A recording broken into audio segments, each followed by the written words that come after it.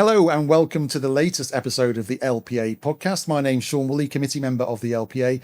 And with me today, I've got a great guest, Carlos Rodríguez, who's CEO of Sierra Blanca Estates. Welcome, Carlos. Thank you for joining us. Thanks, Sean. Thanks for having me. It's a pleasure to be here. We have a lot to talk about today. We're going to be talking about your business. We're going to be talking about all the work that you have been doing and that you're going to be doing, and also particularly focusing on branded residences. Just before we dive into it, I just want to thank the wonderful people at Envoga for the use of this lovely space. So thank you for that. Okay, let's crack on. Carlos, where do we start? I think a little bit of scene setting. So a little bit about you and the company background, where you guys have come from, what you specialize in would be great. Where we started? Well, I mean, a lot of people ask us that question, and I love to start by explaining the Sierra Blanca urbanization. That's really where everything started over 40 years ago, where my father started developing. And a lot of people say, well, what was our level of involvement there? And it was really starting from scratch. So really doing the infrastructure, the roads, and deciding to be able to... He built the whole thing, didn't he? Yeah, I mean, no, it really started from When people scratch. talk about Sierra Blanca, it's... Sierra Blanca could have been an urbanization of 1,000, homes. And at the end of the day, it's a few hundred homes. And that's where I think, we started that vision of doing quality over quantity. Right. And that's really the same, those same values is what we're still doing 40 years later. And that can be a risky strategy when you're starting up, can't it? To actually focus on quality rather than volume. Look, 100%, because it's funny. Pretty much every single project that we're putting forward or presenting, everybody puts in doubt, And then funny enough, my father tells me the stories of 40 years ago that everybody thought he was crazy when he was starting to do a Sierra Blanca urbanization. Why on the skirt of the mountain is that going to be the best location to be able to live in Marbella? And right now, 40 years later, it's considered the Beverly Hills of Marbella, right? Yeah. Amongst the best urbanizations in Europe. Yeah.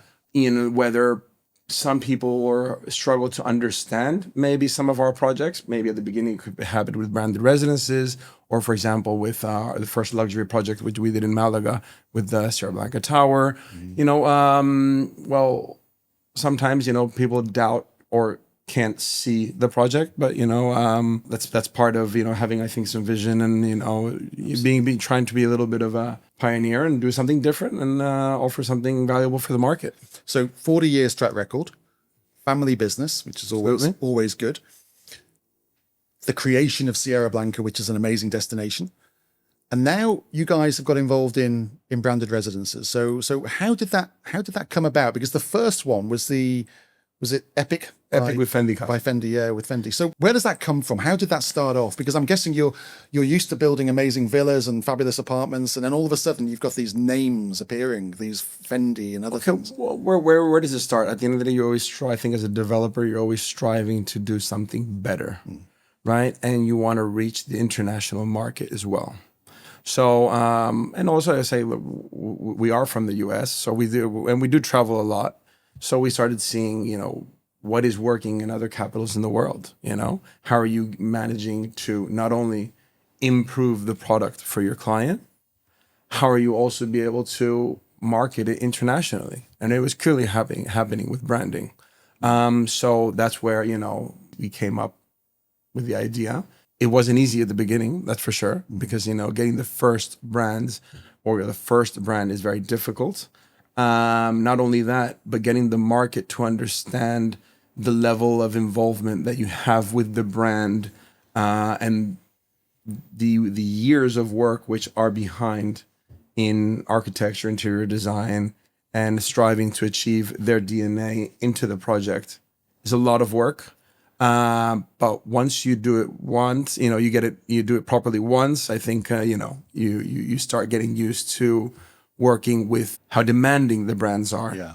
I'm going to ask you about the brand identity, because that's something I'm really interested in. Mm-hmm.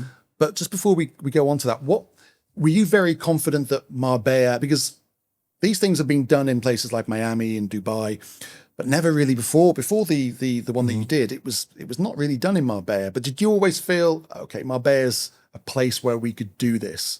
I had no doubt, Sean. Really? I had no doubt. And why is that? Is it just the clientele that we have, or the demographic? Look, well, at the end of the day, what we did have in our company and in the family was we had the raw material, the land, right? And we had the best, land probably located in Golden Mile, Marbella, to be able to do something extraordinary. So that's when we said, okay, how can we elevate the product even further? And clearly through branding, I think we managed to do that. We also had the space to be able to work with the brand, to be able to give exceptional services, whether it's in sports and wellness, which are integrated into the development. Why didn't anybody else do it? Why wasn't there another developer contacting Fendi and Dolce & Gabbana and things like that? That's a question. I can't answer. Because you obviously had the vision to do it.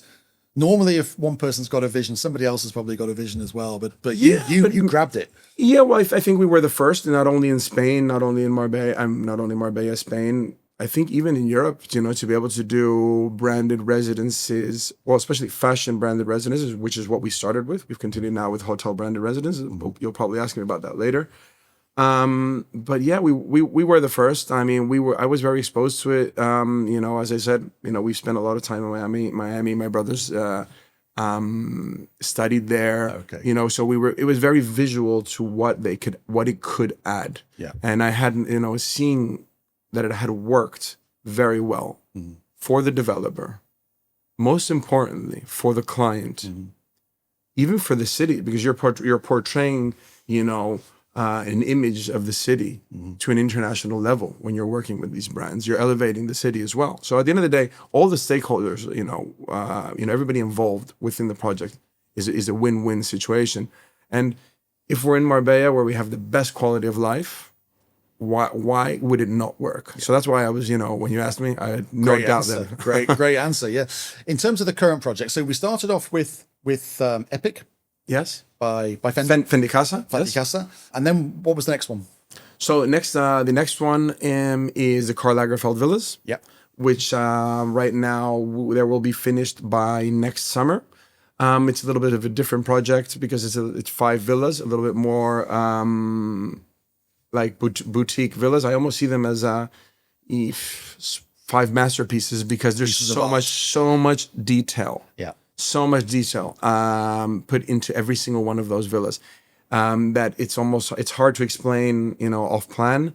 That's why the further the construction advances, the easier it'll be for the client and agents to be able to envision when the details start to show. Really, yeah, exactly. Yeah. These villas are going to be integrated also, and they're going to be able to use the services from the Epic community. So they're going to have the services, wellness and sports, concierge, etc., that Epic has. So they're also going to be very well serviced. Okay. So all these projects, that's 1 and 2. And then the third project, they're all right next to each other across the road, right? The vision was a combination of 3-4 projects and to create a new area, truly inspired from Miami Design District, but we almost call it, Marbella Design District, maybe in a way. It's not officially called that, but the third project is Dolce & Gabbana with Design Hills. This is the biggest project that Sierra Blanca has done up to the day, and it's probably the biggest investment ever done in a residential project in Spain at this moment. And this project is not only 94 unique residences, truly designed. Every last corner has been approved by Domenico and Stefano. And they've been over. Dolce & Gabbana. They've been over. They've been here. I mean, they were here for the presentation. Believe me, I've been over 10 times over or 12 over, and the team has been over there to Italy. And we're constantly on calls, and I think that the Dolce & Gabbana project is going to set a new bar for branding. From my experience, I've never seen a brand so involved in every last detail. It's almost like they see it as an embassy for themselves. That's really interesting, because the part of me that was skeptical about branded residences a few years ago was, is it a badge? Is it somebody coming along and putting a fashion designer label on the front door and that's it? That's a branded residence. Or is there more involvement than that? So I love the fact that Dolce & Gabbana themselves have been instrumental in the design and how things look and feel. That's, to me, if I'm buying and investing in a branded residence, I want to know that the main guys have been involved. I don't want it to be a badge. No, 100%. That's one of the, one of the things which we really want to explain both to agents, to clients, that this is not a marketing stunt in a way. No, this is really, the brands are really expressing themselves in architecture, interior design. Their level of involvement really comes from years of work. Dolce Gabbana was maybe 2-3 years in the making, and we just got the license to start building in May this year. So, and now we're going full speed, but it's been a few years of really trying to portray the lifestyle that they want within the development, the level of quality, their designs. And it's not just about the development. They welcome people into their almost being part of the Dolce Gabbana family. Well, that's it. I mean, it's a massive symbol for them, isn't it? It's like you say, it's kind of like an embassy. Yeah, it is. So there's a lot of risk attached, because it's got to look right as far as they're concerned. It's got to look right for you. It's got to look right for the client. So as you say, there's a huge amount of work that goes into it, and detail, I guess. Absolutely. Look, and a lot of people ask about, what the level of involvement, and really almost I want to express, maybe people are more familiar with hotel branded residences where your contracts that you signed are, 20, 30 years, right?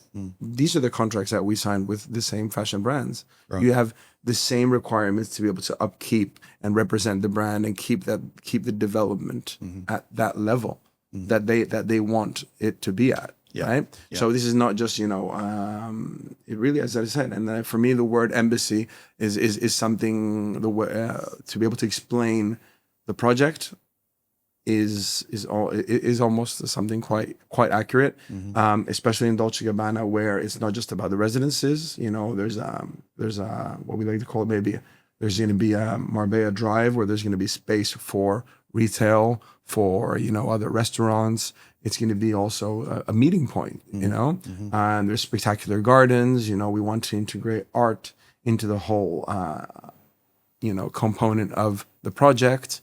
So really, it's going to be a place to be, and there's a lot of work put behind it for sure. And will any of the Dolce Gabbana design hills or any of the general design village be open to the general public, or is there going to be a public realm, a public space for them? Yeah, so there's public gardens which are designed by Dolce Gabbana, which are going to be there and can be accessed by anybody. As I said, restaurants, etc.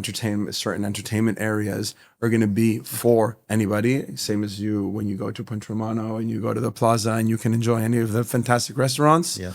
I think that's the idea here. So of course, then there's a certain moment once you enter the residence areas, right? Maybe certain facilities, etc. This is just for residents. But I think that one of the nice things about this project is that everybody can be able to get a touch of and flair and live that experience of the brand.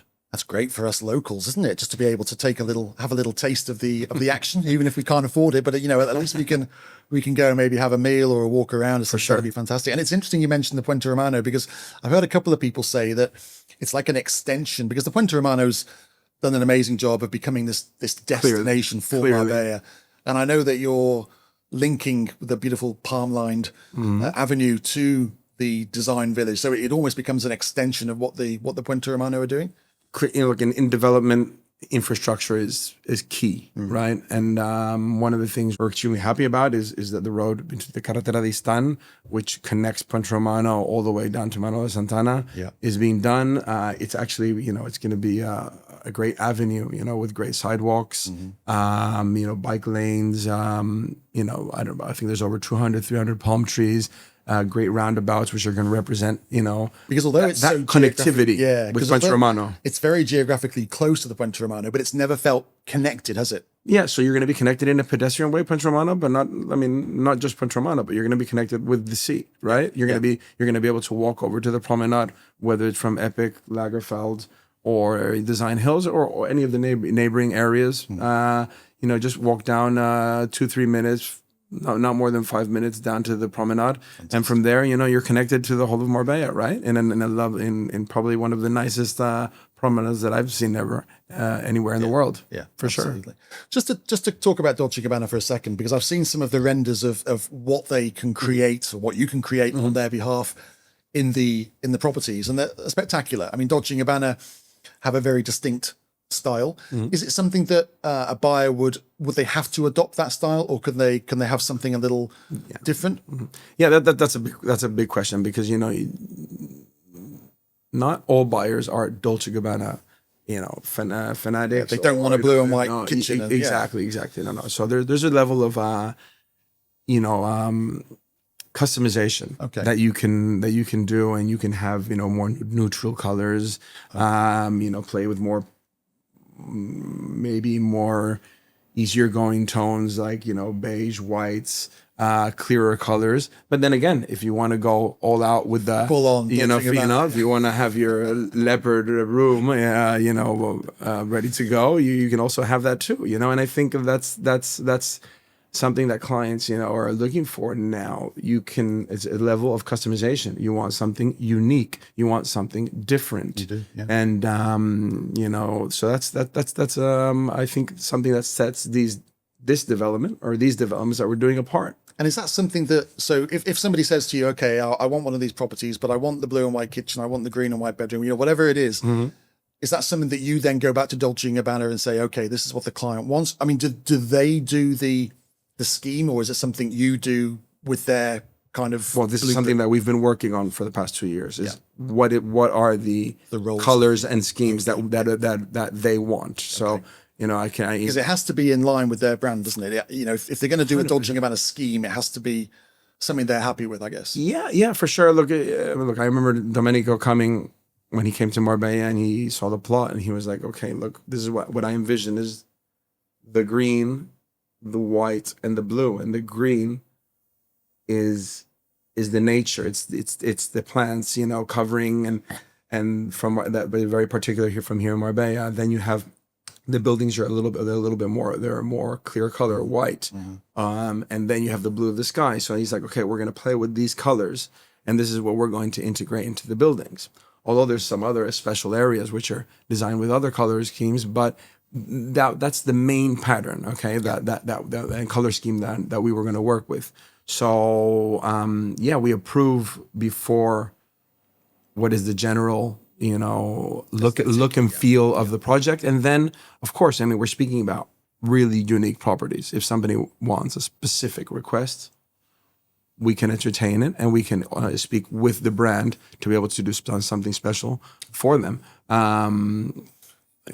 So in terms of offering to the market at the moment in Marbella, we have Epic by Fendi Casa. It's sold out. It's sold out there, isn't it? Well, sold out, and believe me, there's been a lot of resales and rentals. That's an incredible success story.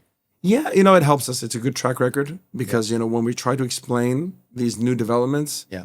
Although, look, as I'm trying to explain it to you and explain Domenico's vision and explain, the level of detail in Design Hills, but to be able to have Epic there, that success story, to see how much the value of those properties have gone up, to be able to step into the services, all the facilities that you have is a big advantage, to be able to explain other projects that we're doing. Yeah. So you were asking me about what we have. Yeah. So Epic sold, it's completely sold out, and there's there might be a few resales out there. Yeah. There's definitely been a lot of resales done. And that's very happy investors. Exactly. It's great for the investment market, who are buying off plan, and then a few years later they're selling at maybe double the amount they're paying. It's incredible. It's a fantastic success story. Yeah, for sure. And then you've got the Karl Lagerfeld villas and the Dolce & Gabbana Design Hills. What sort of properties are available within Design Hills then from Dolce & Gabbana? Is it apartments, 2-bed, 1-bed, 3-bed? So we have, right now we're probably around 50% on sales. So right now the properties that are available start probably from, there's still 3-4 bedrooms upwards. Okay. 3-4 bedrooms upwards. And I would imagine because of the luxury involved, they're quite big.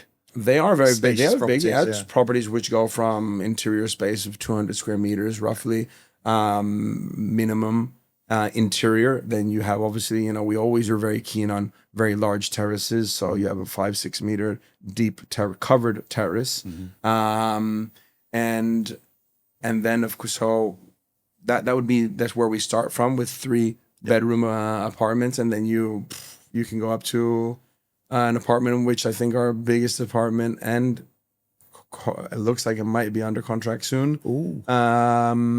Is close to 2,000 square meters.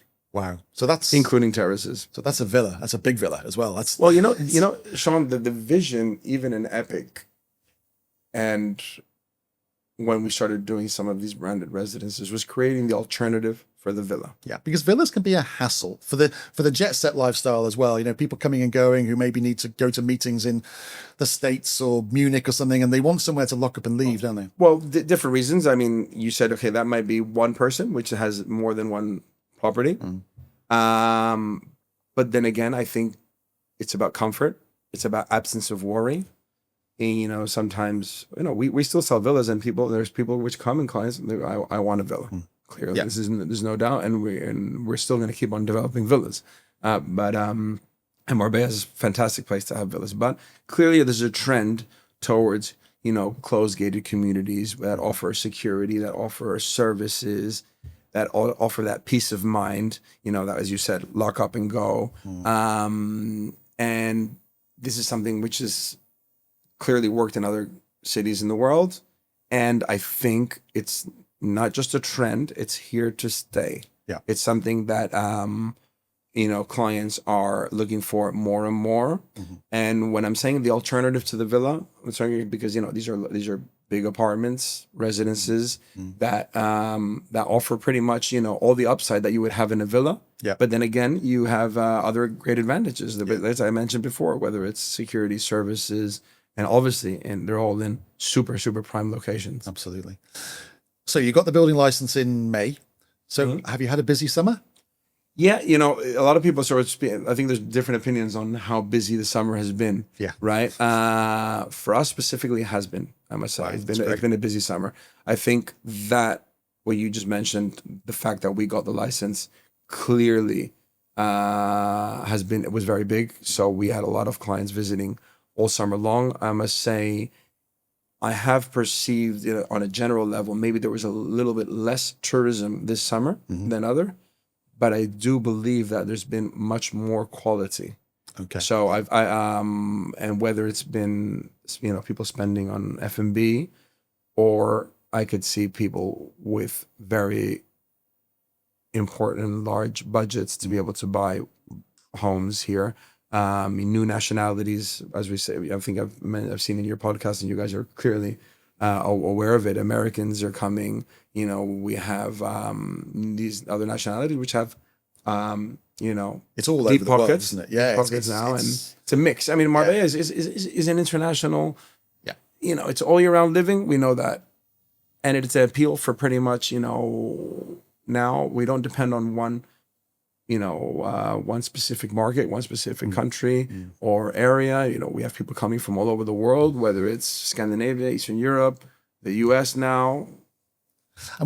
In terms of the Dolce & Gabbana project, are those buyers coming for Dolce & Gabbana, or is it the whole package? I'm guessing you might have someone who's on the Dolce & Gabbana mailing list, who's covered head to toe in Dolce & Gabbana, and they go, I've got to have a bit of that in Marbella. There's a few of those, believe me, but that's the lesser amount of clients, believe me. At the end of the day, what real estate, it's about location, right? Yeah, and you've certainly got that. And we are probably in the best location in Marbella, right? In the heart of the Golden Mile. The plot is over 100,000 square meters, looking over panoramic sea views to the Mediterranean. So you're already falling in love with the project, before you even start going into whether it's Dolce & Gabbana design and or not. Then you keep on, adding value to the project, where when you start understanding, how many level of services that we have.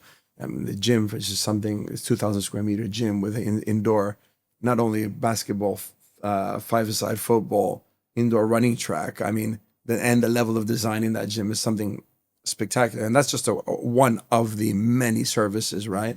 I almost put it and try to explain it. I say, now everybody's obviously social media, Instagram and everything. I was like, okay, if you're coming to dinner for at somebody's house in Design Hills, I think no. I was like, you're probably posting like 4 or 5 stories by the moment you go, really? Because you're gonna walk into the main entrance, you're gonna be like, wow, I'm gonna take a picture here. Yeah. You're gonna walk into the main lobby, and you're gonna be like, wow, these marbles from floor to ceiling. I'm gonna take a picture here, and it's I really get a feeling. I think it's gonna be, it's gonna be that very impressive. In terms of the buyer, have you noticed an age range buying, or is it all over? No, to be honest, in general, clearly, I think the past 5 years, post-pandemic, this is maybe a little bit redundant. Everybody knows the age of buyers has gone down. We have maybe a different clientele, maybe a little bit more people which are working from home, maybe a little bit more techie, etc. Yes, there's younger buyers, but we have buyers from anywhere in their 30s. Even I would say we have gamers in their high 20s, all the way up to we still have other age groups, well into their 50s, 60s, and they want the best property in the best location. And whether it's in any of the 3 branded residences that we're building at this moment, they're finding their perfect and ideal home there. Does Dolce & Gabbana have one? Does Dolce & Gabbana have one? Yeah. Well, they haven't. Well, not yet. No. Not yet. No. Okay. In terms of your relationship with agents, I mean, obviously you have several brands now to protect. So does that then influence how you work with agents? Do you go to the whole of market, or do you just select certain agents to represent you with these products? How do you, I mean, and also, do you get pressure from the brands to do certain things with agents? Well, there's not a specific pressure from the brand, but they do want their project to be perceived, and I'm guessing they don't in the most everywhere. exclusive way. Yeah. Sometimes agents have thought that we're holding back. No, I mean, we've waited to the moment that we have license to be able to open up. And now, we really want to work with, as many agents and not as many agents, but obviously the quality and the best agents in town. That's clearly what we want to do. But within people, certain rules. Sean, that really are willing to take the time and effort to understand our project, sometimes, I think speaking the other day with Alfredo, I was telling them, okay, well, what do agents need to do to be able to understand our project? I was like, if you're doing 5 viewings and you're showing maybe a few resales, or you're showing some other projects, we can't have the same time slot, of 45 minutes to be able to walk in and walk out of a home. Yeah. We need a little bit more time to be able to get and get the client and get the agent to understand all that work that we've put in, and the level of detail that are in these projects. So yeah, but answering your question, of course, now's the time with license to be able to work with the best agents in town. Okay. And that's what we want to do. I'm fascinated about how a branded residence comes to life, because do you go out there and phone Dolce & Gabbana and phone Versace and phone Armani and wait for someone to bite, or do they come to you, or how does the concept start? Because it's an amazing creation, but I wonder what goes into it behind the scenes. Well, definitely at the beginning, it's quite difficult. I remember convincing the first brand. They were not so sure that Marbella was ready. Right. We had to convince them that Marbella was the ideal location. So the first one is obviously the hardest one, the hardest one. And then I must say, once they see that the first one is successful, then you start getting interest from other brands to be able to do it. So then, doors start to open a little bit, maybe in an easier way, but it's still, you have to convince them that you have all the ingredients to be able to do a branded residence. And when I mean a branded residence, for me, what sums up branded residence is that stamp of guarantee, a guarantee that you have the right location, the right quality, the right design, and the right services. So we need to offer, and we need to convince the brand that we have all those ingredients. I was going to say, so who drives that? Do you say to Dolce & Gabbana, okay, Stefano, Domenico, this is what I imagine your project to look like, or will they come to you and say, no, we want it to be this, we want it to be that, or is it a truly collaborative process? Well, I think, it's a collaborative process for sure, because they have to understand, we have to be able to get their DNA and implement it here, but they also have to understand the Marbella way of living, right? And which is very Mediterranean and very similar to what they're used to, but they have to understand, the ins and outs of the city, right? So it's both ways. But I must say, we're really proud that it's, we managed to present the project at the same time as they presented, for example, Miami's 888 Brickell, right? So they decided to for 2 locations in the world, Miami and Marbella, and we're putting Marbella at the same level as Miami. I remember before I always used to say, we want to be like Miami because of this and that. And to be honest, right now, I think Marbella is a better location than Miami for many, many reasons. I think we have a much better quality of life and other things to offer than places that we strive to be like before. Does the branded residence concept only, in terms of the Costa del Sol, do you think it only really works in Marbella, or could it also work in Estepona, in Benalmádena, in Benavís, or do you need to have a 5-star area to have a 5-star branded residence? Because that's a debate that I've had with lots of people, because we know that there are other branded residences out there. Yeah, for sure. There's other branded residences. Some I think are better than others, but so that's a personal the thing is that you can have a 5-star location in Benavís, you can have a 5-star location in Frontline Beach in Estepona, and have a branded residence. Now, what I believe maybe you're referring to is other projects which are maybe not in the best locations, and are linked to a brand. And I think there's different levels of involvement, and that's what people have to understand. And I've said that to clients. I've said, look, whatever you do with branded residences, check out the involvement of the brand, because what you don't want is that badge on the entrance gate and then nothing else. Okay, and I think an easy way, maybe it's just, tick the boxes. I mean, is it the right location? How involved is the brand in the design and the quality of the product? What is the level of services that they're offering? And then other ways of checking. I mean, I saw Alfredo the other day, playing with his phone and saying, okay, let's cover the top of the phone and let's see if this portrays the brand of a real estate agency or something like that. Well, for example, is the brand posting from their official webpage, or their official social media, Instagram, or their official LinkedIn? Is it just the furniture line which is posting, or is it the actual brand themselves, which has 50 million followers? Yeah. So there's different ways of being able to see the level of involvement that a brand can have into a project. And look, that's, I think you need time and a little bit of, checking before you make an important investment on that. Because most buyers will probably end up paying maybe 20 to 30% premium to buy in a branded residence. I think that's kind of the accepted figure, I think, from maybe Savills research.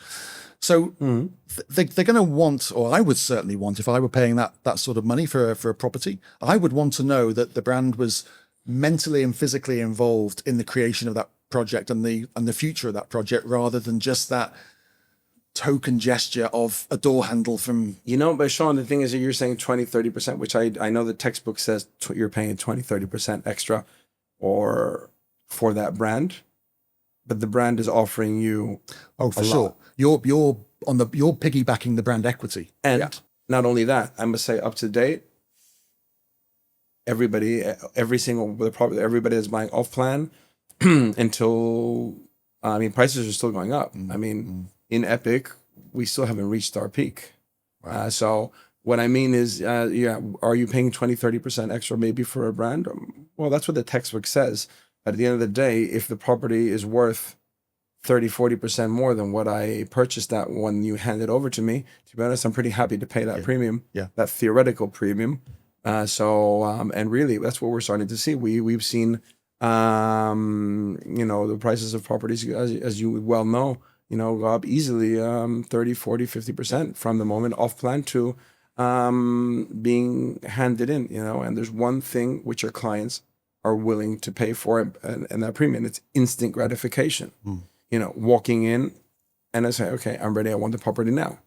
So that's when you can really get the max price. Is there a degree of trust involved as well? Do you find that when people talk to you and sit down in your fabulous offices and talk about dodging a banner, do you get the sense that they relax because they know the brand, they trust the brand, they may wear the brand? Is there that as well? You know? Well, you know, maybe we're speaking a bit too much just about Dolce & Gabbana. Yeah. But to be honest, we don't want to be known just as the developers of certain fashion brands. And, you know, we'll speak about other projects now which are related to a hotel or wellness, etc.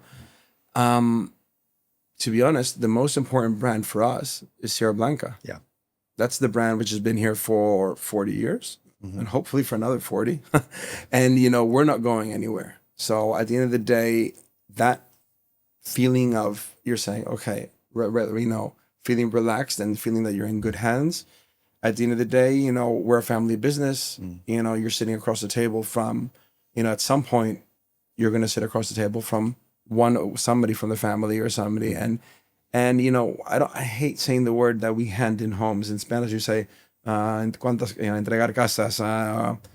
You know, we establish relationships, you know, and that's really what we try to do to set ourselves apart. You know, it's not about quantity, it's about quality, and it's about, you know, establishing relationships with our clients and for them to be able to know that there's a face behind, and that's not just the brand in a project that you might buy, but it's the developer. Yeah. And that's the Sierra Blanca brand. And that brings us on very nicely to the future. You obviously believe in branded. It clearly works for you guys, and you feel that there's a future. You feel that it's something we can expand. Are we going to end up with hundreds of branded residences or? In Marbella, clearly, firmly believe that branded residences is here to stay. The only thing is that maybe in Marbella, we went the other way around. We started with fashion branded residences. Traditionally, you start with hotel branded residences and then you move on to fashion, maybe then wellness, sports, etc. Clearly, they are here to stay. I have no doubt that the moment that these projects are delivered and people can step inside them, they'll be able to further understand why am I buying a branded residence, or why do I want this branded residence, whether it's fashion, hotel, or other type of brand. They'll understand. So we need time to educate the market, and you know, we don't have that many projects which are finished and handed in yet. Sure. So that's going to help. I guess there must be a limit to the amount of fashion branded residences you can have, because 100%. there's only probably 10 sort of 5-star luxury, well, maybe more, but you know, because as soon as you start going into the lower levels of a fashion brand, then you kind of lose the whole point, don't you? I think you need to keep on bringing new things to the market. That's what we're trying to do. I think we've worked with fantastic, and we're still working with, you know, the best brands, fashion brands in the business. And there is still more to come. Yeah. You'd be surprised how many exceptional brands are out there willing to do, you know, fantastic and unique projects. Okay. But you know, we have a pipeline which we're moving forward of several new projects that we'll be presenting in the next few months. So what's next? Can you tell us? Okay. You mentioned hotels. What have you got any involvement in that? Well, if I go in order, maybe, because it'll help me immensely. Other than that? So you know, so probably next one we're presenting is Sierra Blanca by the Sea. Okay.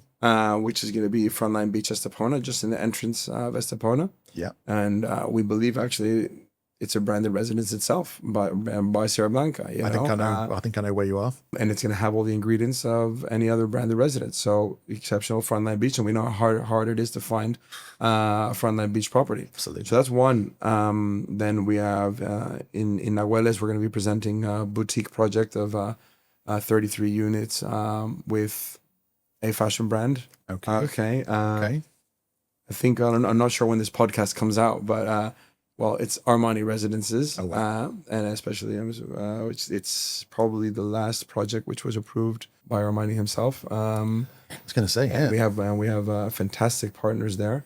in that project. And when is that coming to market, do you think? We will go to market probably towards the end of the year. Okay. To be honest, one thing we're going to market with license in every in both projects. Okay. So we're not going to do pre-sales before having the license itself, and then we believe that's the best way moving forward. Just to go back to the Estepona project, did you investigate the possibility of having a brand associated with that, or were you just happy to do that as Sierra Blanca?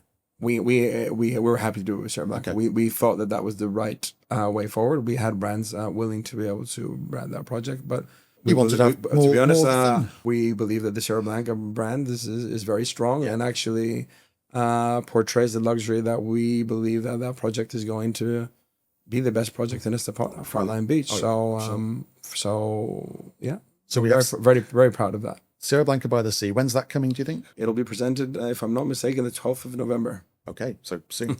So Sierra Blanca by the Sea, we have the Armani residences, which are coming very, very soon. Towards at some point before the end of the year. Excellent. Anything else you can tell us? Yeah, no, I mean, it's been in the media. I mean, everybody knows about our JV with Platinum Group in what was called before, the W Hotel. The brand now pivots into a different one, which I can't say yet. Okay. But definitely it's going to be probably the first mixed branded hotel and resi in the area, because that's what's been missing, isn't it? That's the one element of this product mix that we haven't seen yet, and I think it would be fantastically successful. Okay, first of all, the plot is absolutely just it blows your mind. And remind me where it is. So this is on the east side of Marbella. I mean, we've seen fantastic hotels being refurbed towards the east side of Marbella. I firmly believe that this is an area which is going to grow a lot in the next few years. And you've seen the refurb of Los Monteros. You've Don Carlos as well. Other new hotels, which are going to be in the area, like Ecos Hotel, etc. And our branded hotel resi project there, Frontline Beach. It's 160,000 square meters right there, and I think on the best beach of Marbella. Is going to be, for me, it's going to be a game changer for the city. Yeah, really. So we're really, really excited about that project, and I think we're striving to be able to present it. We'll present the brand, beginning Q1 of next year, and maybe go to sales next summer. Okay. That's something that's our objective. But it's definitely a very, very, very big project and a very good one. That's exciting. Oh, very exciting. Anything else? You're involved with Malaga, aren't you? Quite a lot. Tell us about the Malaga stuff. So yeah, Malaga is another market. We had a really good experience with Sierra Blanca Tower. A lot of people thought, whether is Malaga ready for luxury residential, and I think we proved everybody that it was. Yeah. Prices went almost doubled from the beginning towards the end of the tower. Fully sold out, 71 apartments, and we just presented another tower to be done with Zaha Hadid. Zaha Hadid, yeah. We're speaking about branding, but to be honest, I think branding not only is just fashion brands or hotel brands. I think even Zaha Hadid. When you have an exceptional architect of that level, that's enough sometimes. Absolutely. I mean, and the design of the tower is, if you maybe seen it or not in the press, is very, very nice. It's our proposal to the city. Okay. And we hope that we will be successful by having the best proposal, because it's not just about the tower. Yeah. It's about also offering social housing. It's about improving and regenerating a whole area, which is a little bit, kind of needs work. Derelict at the moment, but could be amazing. I mean, it's undergoing. It's going to be amazing. Yeah. I mean, it's almost in the center of Malaga. Yeah. You're just behind what is theoretically going to be the new port, the new Puerto de San Andres, which is kind of like the Puerto Venus of Malaga. So the location can't be better. But as you know, in all big cities, these areas need regeneration, right? I remember areas in London when I used to study back in the days in uni, right? And then you were maybe a little bit scared to walk in that area, at least, and then you go back there now and they're selling price per square meter, highest price per square meter in London, and you have all the luxury, whether it's resi and hotels. So it's, cities, you have to see as a developer where cities are growing, what is happening, what type of people are coming, and we believe firmly in not just finding the best location in any municipality and saying, okay, this is what I'm doing. That's the easy thing, right? It's finding where the cities are growing, and helping cities, I think, grow and improve. And you mentioned the social housing. Mm-hmm. You're obviously a developer with a conscience. You've been linked to Marbella and Malaga for a long, long time. So is it a question of giving something back? It's a question. I believe we are a socially responsible company, family. We have deep roots with Marbella and everywhere we develop. You can't look to the other side and say and completely avoid one of the biggest problems that Spain has at the moment, which is affordable housing. And we're seeing that it's a huge problem. Mm-hmm. So clearly, what we wanted to do, we're very proud of all the projects that we're doing, which are fantastic, and I think it helps the cities grow, luxury projects. But at the same time, you have to also be aware of how people are struggling to find a decent home at a decent price. So that's why we're doing over 370 social houses, both in Marbella and in Malaga. And is that something you're finding that the local authorities are demanding of you or asking of you? Because it's not really being part of the mix. In London, it is. You have, if you're building a skyscraper in Canary Wharf, you have to delegate 20-30% to social housing. That's not something that's written into things here, is it? But I'm guessing the political pressures are getting. Well, to be honest, it's not to be able to big ourselves up. Nobody pressured us to be able to do these social houses themselves. We're the first one is actually going to start. Construction is going to start in Q1 of 2025, so next year. Nobody put a gun to our heads, Sean, to say, okay, do the social houses because of this. We thought that it was the right thing to do. Yeah. Now, And we firmly believe that we have to keep on doing that. At the end of the day, it goes hand in hand with the rest of the development. Really exciting times ahead. I think I've forgotten to mention one thing, because we were talking off air just before we started, and you mentioned Rafa Nadal. What can we say about Rafa Nadal? Well, Rafa Nadal is our partner in two of our projects. Okay. Up until now, Sierra Blanca has been 100% owner of all of our developments, right? And maybe and here, we joined forces, which are our first JVs, both in the Estepona project of Sierra Blanca by the Sea and the Armani residences in Marbella. So we're partners there, and it's obviously I think also another way of branding and putting the project on the map when you're speaking about the biggest sports legend in Spain. And I was going to say Spain, maybe amongst top in the world, right? Yeah. So for that's great. But we're doing you were probably going to ask me about that, right? No. About the tennis club, right? Yeah. In Malaga, that's kind of where our relationship started. Yes. Was what about doing the tennis academy? Because he was going to do one, I heard, in Benavis somewhere, but then it got, I don't know. I heard that as a rumor. Well, we were trying to find the right location. Yeah. And we believe that we found the perfect location in Malaga, in where it's going to be almost more than 40,000 square meters. Rafa Nadal, a club which is going to integrate paddle tennis. You're also going to have Rafa a sporting museum.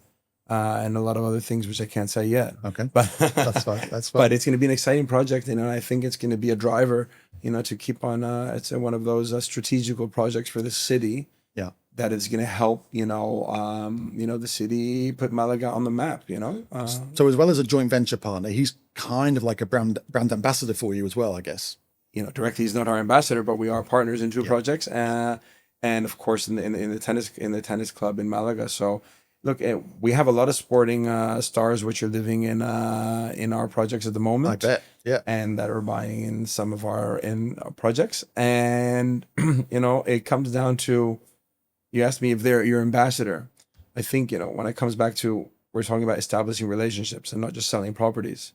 They become your ambassadors if they're happy. Yeah, they do. So you have a happy client, you have a happy, they're going to be your ambassador. Yeah. And I think, Alfredo asked me all the time, hey, you don't do that much marketing because, and I'm like, where I think we're a little bit more organic, and we come on referrals, and we come on, some people have been happy with some people. I would say the great majority of people which are buying from us are happy, and they recommend clients, and then of course we work very closely with agents, and so that feel comfortable and are happy with with their story and relationship with Sierra Blanca. So I would say that at the end of the day, your client is your best ambassador. Very good. Anything else that you want to tell us about? Anything that I can noodle out of you? Any gossip? Any news? Exclusive? Yeah. We've spoken about really, I think, 3 projects which are under construction. Mm-hmm. We've spoken about another 3 which are going to be presented very soon, and 2 other proposals that we have towards the city of Malaga. And I think it's not about doing more projects. Yeah. It's about making sure that we do these projects well. Yeah. Yeah. And more will be to come if we really deliver. Yeah. And as I said, and that's what we have to do. The other day somebody asked me, okay, where do you see Sierra Blanca in 5-10 years? And it's well, we'll be able to grow in the right way if we do things properly and hand in these projects. We have amazing locations. Yeah. Just keep on doing what you're doing. Keep on doing it the best way possible. Fantastic. Carlos, thank you so much for coming along today, giving us your time and expertise and insight into the wonderful world of Sierra Blanca Estates and also the branded residences. We're very excited as agents to see what's coming next. But thank you again. And viewers, listeners, thank you so much for joining us. We hope you enjoyed this latest edition of the LPA podcast. Until next time, we'll see you then.